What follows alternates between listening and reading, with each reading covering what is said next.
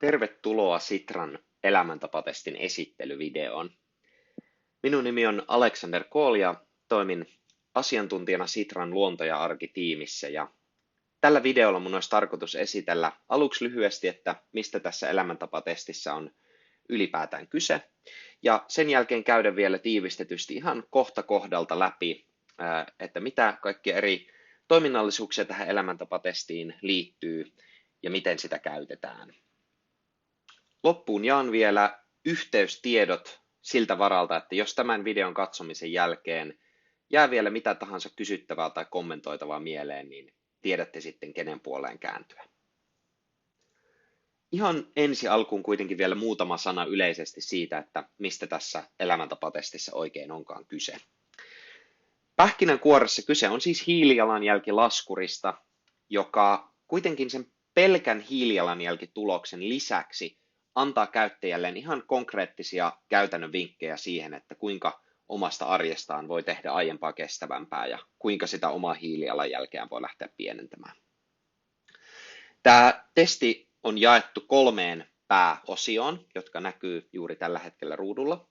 Ja niistä ensimmäinen on tällainen pikatesti, joka koostuu noin 30 eri kysymyksestä, jotka on jaettu 4 eri kategoriaan. Ja nämä kategoriat edustaa arjen eri osa-alueita, eli sieltä löytyy asuminen, liikkuminen, ruoka ja tavarat ja palvelut.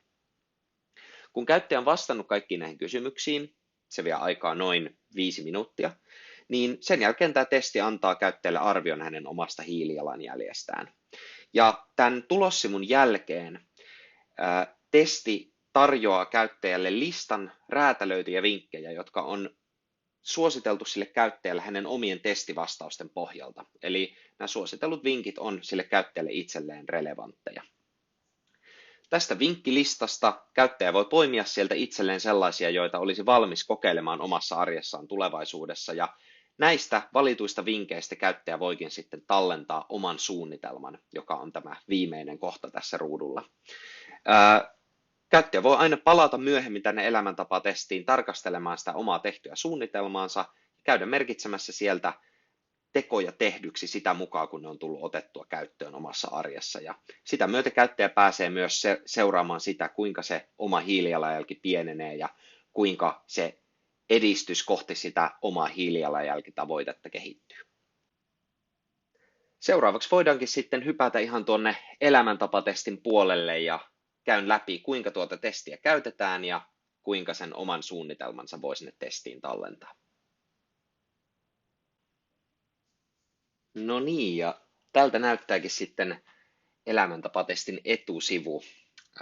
Täällä löytyy tiivistettynä tekstimuodossa hyvin pitkälti samoja asioita, mitä tuossa videon alussa käytiinkin jo läpi, eli meidän ei tarvitse niihin nyt tässä sen enempää paneutua, vaan voidaankin hypätä sitten suoraan tänne itse testiin. Ja nyt, jotta tämä esittelyvideo pysyy jotakuinkin järkevän mittaisena, niin aion nyt juosta aika nopeasti nämä kysymykset tässä läpi sen enempää pureutumatta kysymyksiin tai noihin vastausvaihtoehtoihin, vaan voitte sitten itse testiä tehdessänne niihin perehtyä tarkemmin. Eli lähden tästä nyt klikkailemaan satunnaisesti näitä vastauksia läpi. Ja täällä yläkulmassa tosiaan näkyy, kuinka tämä hiilijalanjälkipalkki päivittyy sitä mukaan, kun käyttäjä vastaa näihin kysymyksiin. Eli näkee sitten reaaliajassa, kuinka se oma hiilijalanjälki noiden vastausten pohjalta muodostuu. Nyt ollaan sitten päästy ensimmäisestä asumisen kategoriasta tähän seuraavaan, eli liikkumiseen. Ja 3. tuleekin sitten ruoka. Jatketaan satunnaisten vastausten antamista.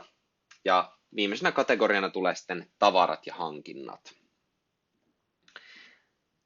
Näiden 4 niin sanotusti pakollisen kategorian jälkeen tämä testi ehdottaa tai kysyy, haluatko vastata muutamaan vapaaehtoiseen taustakysymykseen. Nämä ei ole tosiaan pakollisia, eli tästä näytä tulokset -painikkeesta pääsee sitten suoraan siirtymään sinne tulossivulle, mutta nytten testimielessä näytetään, miltä nämä taustakysymykset näyttää. Ja tietysti näihin vastaaminen antaa meille sitten arvokasta tietoa siitä, että minkälaiset käyttäjät näitä testejä tekee ja miten eri taustoista tulevien ihmisten vastaukset eroaa toisistaan. Ja ensimmäisenä kysytään ikää, sitten sukupuolta, asuinpaikkaa ja lopuksi myös ihan vielä arviota vuosituloista. Näihin kysymyksiin tosiaan ei ole pakko vastata, jos ei halua. Sitten päästäänkin tänne tulossivulle, josta löytyy tosiaan heti alkuun tiivistettynä tämä arvio tästä käyttäjän hiilijalanjäljestä. Se on jaettuna noiden eri elämän osa-alueiden ja kategorioiden välille. Sitten on tosiaan arvio sitä kokonaishiilijalanjäljestä ja sivulta löytyy myös sitten tarkempaa vertailua niille käyttäjille, joita tuloksen tarkempi syynääminen kiinnostaa. Eli näkee esimerkiksi, miten tämä hiilijalanjälki vertautuu vaikkapa suomalaisten keskiarvoon tai tähän kestävään tavoitetasoon, joka on sen 2500 kiloa vuoteen 2030 mennessä. Mutta me voidaan hypätä tästä suoraan tänne Vinkit-sivulle.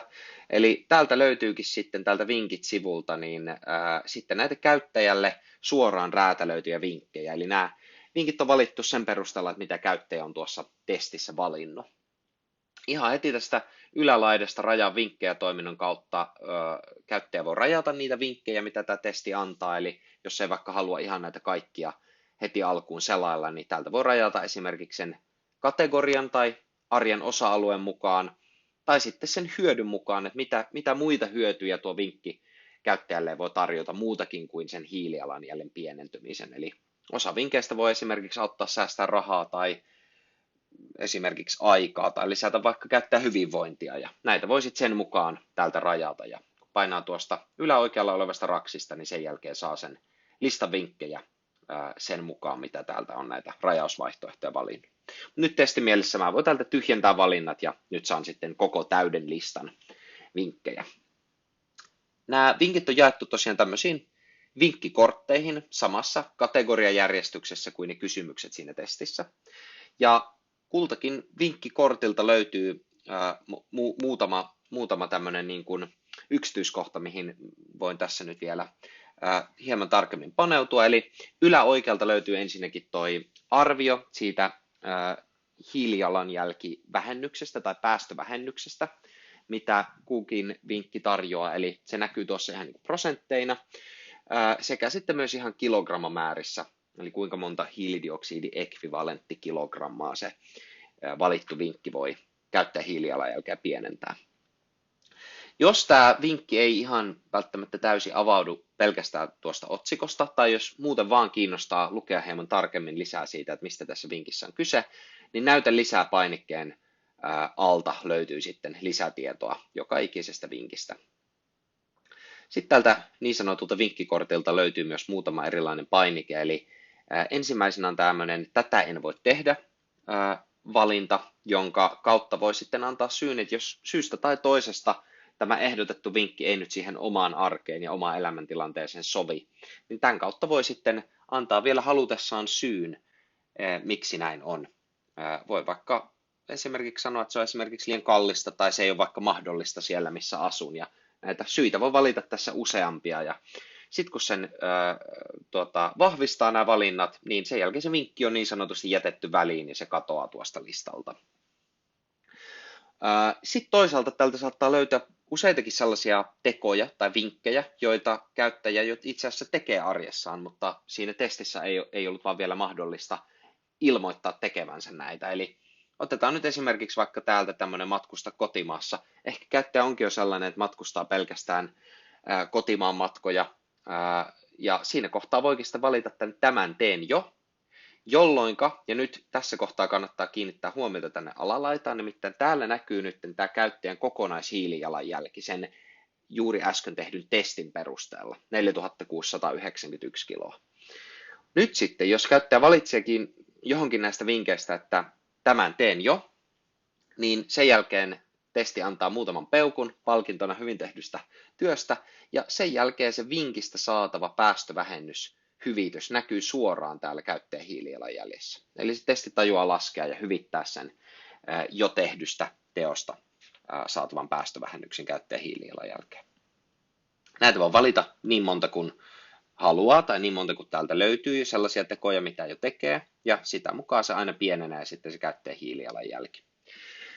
Mutta sitten sellaisia vinkkejä, mitä käyttäjä ei vielä tee, mutta olisi valmis kokeilemaan omassa arjessaan tulevaisuudessa, niin niitä voi sitten valita tällä valitse-painikkeella. Ja sen jälkeen testi antaa muutaman sydämen kiitoksena siitä, että on valittu vinkki tuonne omaan suunnitelmaan. Ja se sitten myös päivittyy tänne alhaalla näkyvään palkkiin. Eli sitä mukaan, kun näitä vinkkejä valitsee sinne omaan suunnitelmaan, niin se kasvattaa tuota määrää, että kuinka paljon näillä valituilla vinkkeillä pystyy sitä omaa jäljellä olevaa hiilijalanjälkeään pienentämään.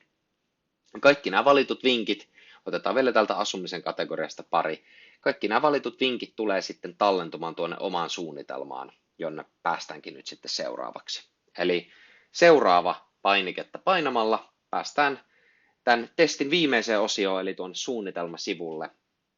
Ja sieltä heti ensi alkuun niin löytyy nyt tämä uudelleen laskettu, päivitetty hiilijalanjälki. Eli tässä on nyt se niiden käyttäjän tekemien valintojen perusteella, kun tämä testikäyttäjä nyt valitsi muutaman vinkin kohdalla, että tämän teen jo, niin testi on nyt sitten laskenut tuon hiilijalanjäljen kokonaan uudestaan, ja se uusi hiilijalanjälki näyttää tältä, eli 3586 kilogrammaa. Sitten tästä löytyy yhteenveto vielä siitä, että kuinka paljon ne käyttäjän suunnitelmaansa valitsemat vinkit voi pienentää sitä hiilijalanjälkeä. Eli jos käyttäjä tekee kaikki ne teot, jotka on sinne suunnitelmaan valinnut, niin sen jälkeen se hiilijalanjälki pienenee vielä reilu 1100 kiloa tässä tapauksessa. Sitten kun sivua selaa alaspäin, niin täältä löytyy tosiaan nyt yhteenvetona listaus niistä vinkkeistä, niistä teoista, jotka käyttäjä on sinne omaan suunnitelmaansa valinnut. Ja tässä kohtaa sitten aina sitä mukaan, kun joku näistä suunnitelmaan valituista vinkkeistä tulee tehtyä, sen voi merkitä täällä sitten tehdyksi, jonka jälkeen jälleen kerran testi sitten palkitsee muutamalla sydämellä. Ja täällä myös tämä alhaalla oleva palkki sekä sitten tämä yhteenvetopalkki päivittyy sen mukaan. Eli tämä ensimmäinen teko, minkä tämä käyttäjä nyt teki, oli niin sanotusti 81 kilogramman arvoinen, eli sen verran se pienentää sitä käyttäjän hiilijalanjälkeä, ja se sitten tulee näkyviin tähän palkkiin. Ja edelleen ollaan tästä kokonaistavoitteesta vielä jonkun matkaa jäljessä, mutta sitä mukaan kun näitä sitten merkitään tehdyksi, niin sitä mukaan myös se palkki tässä täyttyy. Sitten täältä löytyy vielä, kuten huomaatte, niin jokaisessa niin sanotussa tämmöisessä kortissa on tämä tarvitsetko apua -painike.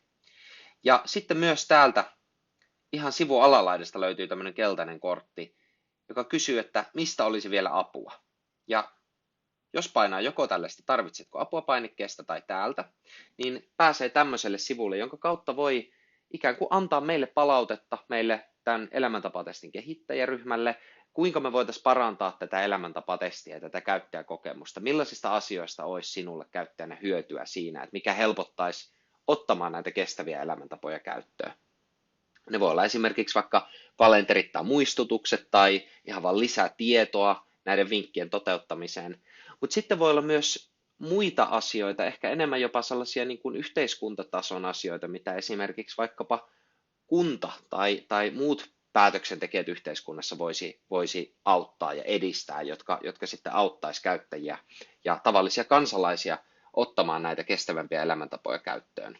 Esimerkiksi vaikka kunta voisi järjestää erilaisia tapaamisia tai työpajoja tai jonkunlaista valmennusta tai mentorointia kestäviä elämäntapojen käyttöönotossa. Ja kaikki tämän kautta käyttäjien antama palaute meille niin tallentuu meidän täysin anonyymiin tietokantaan. Tietoja ei voi yhdistää kehenkään yksittäisen käyttäjään, mutta me pystytään tallentamaan tämä arvokas tieto ja käyttämään sitä esimerkiksi päätöksenteon tukena ja osoittamaan tämän kautta, että esimerkiksi tällaisia asioita nyt vaikkapa Pohjois-Savon asukkaat kaipaavat. Tällaisista asioista heillä olisi hyötyä näiden kestävien elämäntapojen käyttöönotossa. Joten kaikki tämän testin kautta saatu palaute ja data niin pystytään anonyymisti hyödyntämään siinä, että saadaan myös sitä sellaista systeemitason ja yhteiskunnallisen tason muutosta vauhditettua. Nyt ollaankin päästy sitten ihan tänne testin loppuun ja viimeisenä onkin sitten vielä tämä suunnitelman tallennus. Se ei ole tietenkään pakollista, mutta jos sinne suunnitelmaan haluaa palata myöhemmin, haluaa vaikkapa lisätä sinne lisää uusia tekoja, tai haluaa käydä merkitsemässä niitä tehdyksi ja seurata, kuinka se oma edistys kohti tätä omaa tavoitetta kehittyy, niin se onnistuu tämän tallennapainikkeen kautta. Tässä ei tarvitse mitään muuta tehdä kuin syöttää tänne oma sähköpostiosoite ja sen jälkeen painaa tätä lähetä linkkipainiketta. Ja sen jälkeen sähköpostiin kilahtaa noin minuutin kuluessa sähköposti, josta löytyy linkki, ja kun sitä linkkiä painaa, niin sen jälkeen suunnitelma on automaattisesti tallentunut ja käyttäjä on kirjautunut sinne sisään. Ja tällä samalla tavalla sitten tuonne voi aina myöhemminkin kirjautua sisään. Eli mitään käyttäjätunnuksen tai salasanan luomista ei vaadita, pelkkä sähköpostiosoite riittää. Tässä olikin nyt nopea, tiivis yhteenveto siitä, kuinka Sitran elämäntapatesti toimii ja kuinka sitä voi käyttää. Ja jos tosiaan tämän jälkeen nyt jäi vielä mitä tahansa kysymyksiä mieleen pyörimään tai haluaa vaikka antaa suoraan jotain palautetta, niin nyt tähän videon loppuun laitan vielä yhteystiedot näkyviin, niin tiedätte, mitä kautta minuun saa yhteyden. Kiitos mielenkiinnosta Sitran elämäntapatestiä kohtaan ja tsemppiä kaikille uusien kestävien elämäntapojen kokeiluun.